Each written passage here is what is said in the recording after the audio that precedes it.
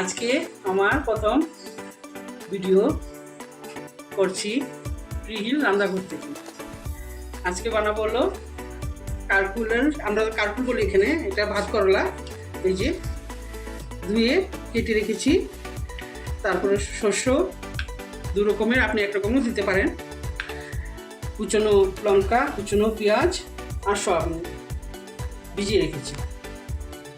এখন আগে ভাত করলাটা সিদ্ধ দিয়ে দিই। ভাত করলা বা কারকুল,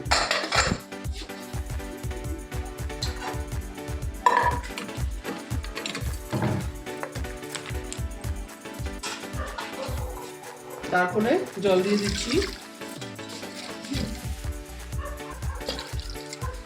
একটু নুন,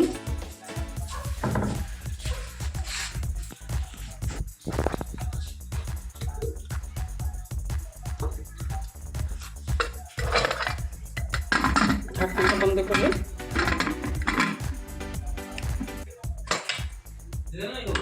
এটা এখন গ্যাসের চুলায় বসিয়ে দিই 3 সিটির জন্য।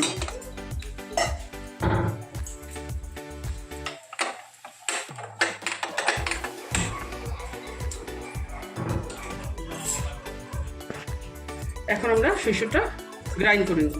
আপনি তারা চাইলে শিলনোড়াতে করতে পারবেন।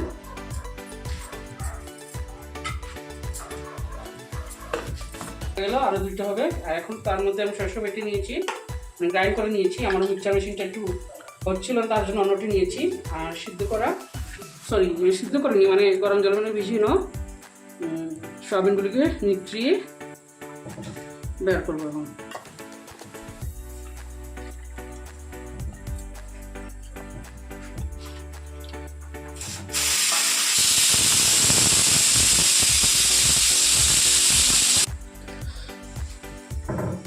চিপে জল বের করার পরে এটা একটু গ্রাইন্ড করে নেব।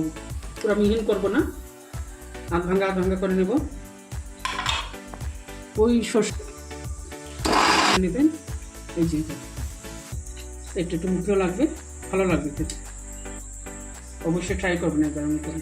করলাটা সিদ্ধ হয়ে গেছে, গ্যাসটা বের করে সিদ্ধ হয়ে গেছে। তারপর গ্যাসটা বের করে একটু ঠান্ডা হওয়ার পরে এটা ভিতরের বিচিগুলো বের করে নেব। তারপর আপনাদেরকে দেখাচ্ছি।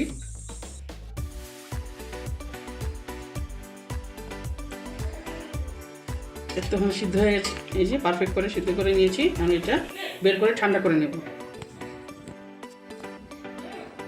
এটা ঠান্ডার জন্য রেখে একটু রাখার পরে যে ভিতরের অংশগুলো আমি আপনাদেরকে বের করে দেখাবো, এইসব বের করতে হবে, একটু ঠান্ডা হয়ে যাবে। তো এখন ঠান্ডা হয়ে গেছে, ভিতরের জিনিসটা এই যে এরকম করে বের করে নেবেন। আস্তে আস্তে করবেন, আস্তে আস্তে।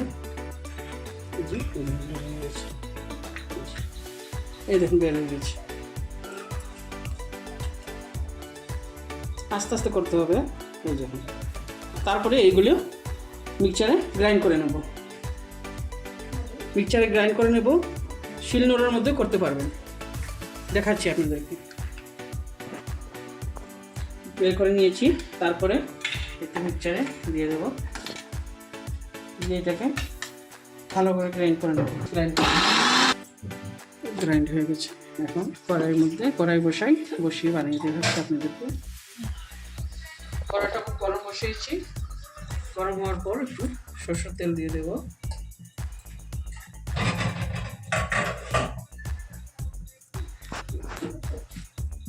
সয়াবিনটার তেল গরম হয়ে গেছে, সয়াবিনটা দিয়ে দিচ্ছি।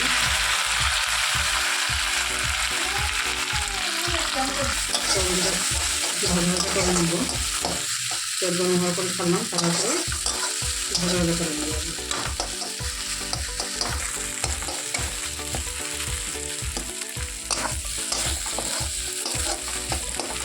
সবজিটা যখন ভাজা হয়ে যাবে, তারপরে যে বীজগুলো মিক্সচার করে রেখেছিলাম এটা ঢেলে দেবো।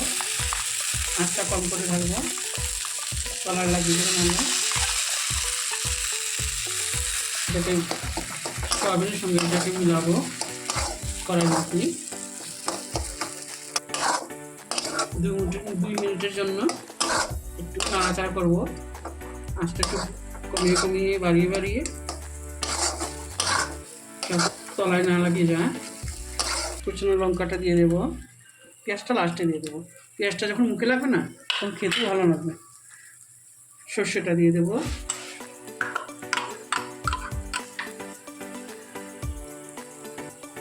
হলুদের গুঁড়োটা দিয়ে দেবো একটু রঙের জন্য, একটু হাফ চামচ দিলে হবে, একটু কম দিলে হবে।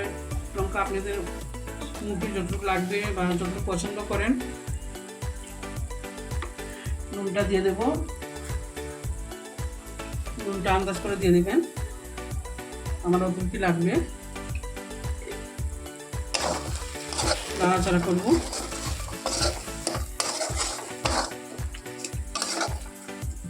এরকম করে মিক্স করবেন, সুন্দর করে কষিয়ে নেবেন।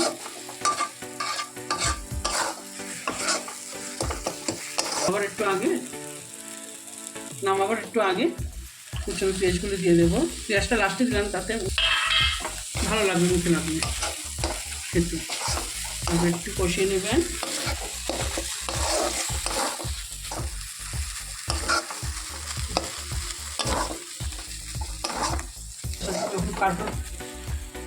যখন কারকুলের মধ্যে মশলাটা ঢালবেন না, তখনও তো পেঁয়াজটা একটু সিদ্ধ হয়ে যাবে। তার জন্য অত বেশি এখানে সেদ্ধ করা হবে, তাহলে টেস্টটা বাড়বে না। তো কম আঁচ করে সিদ্ধ হয়ে গেছে। এখন ঠান্ডা হওয়ার পরে কারকুলের মধ্যে বা ভাত করার মধ্যে এটা ভরবো, কুলটা ভরবো। এটা ঠান্ডা হয়ে যাক, তারপর কুলটা ভরে এটা নিভিয়ে দিলাম ঠান্ডার জন্য। কুলটা ভরে বেসন দিয়ে হাতে তেলের মধ্যে ভাজবো, একটু ঠান্ডা হয়ে যাক, নাহলে তো ধরতে পারবো না আর ভরাও যাবে না।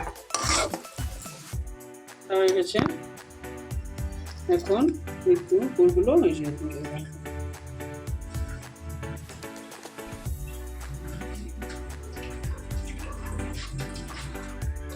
চেপে চেপে একটু এরকম করে ধরবো, ধরার পর এরকম করে রাখবো। আগে সবগুলোর মধ্যে ভরে নেব, ভরার পরে তারপর বেসন করবো।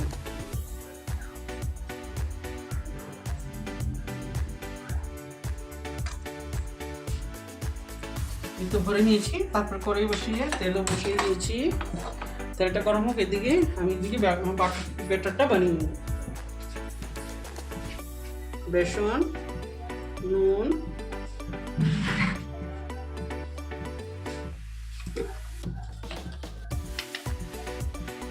হলুদের গুঁড়ো,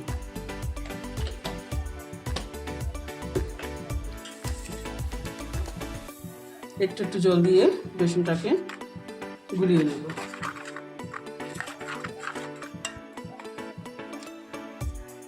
এই যেরকম, তারপরে পুরটা নিয়ে তেলটা গরম হয়ে গেছে।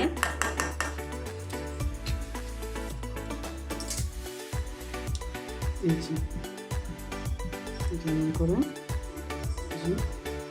তারপরে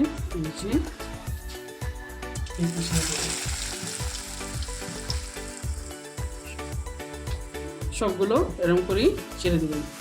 কারণ জয়টা আপনার কড়াই আঁটবে, ওইটা সবগুলো না একসঙ্গে। আমার কড়াই ধরবে 3টা একসঙ্গে।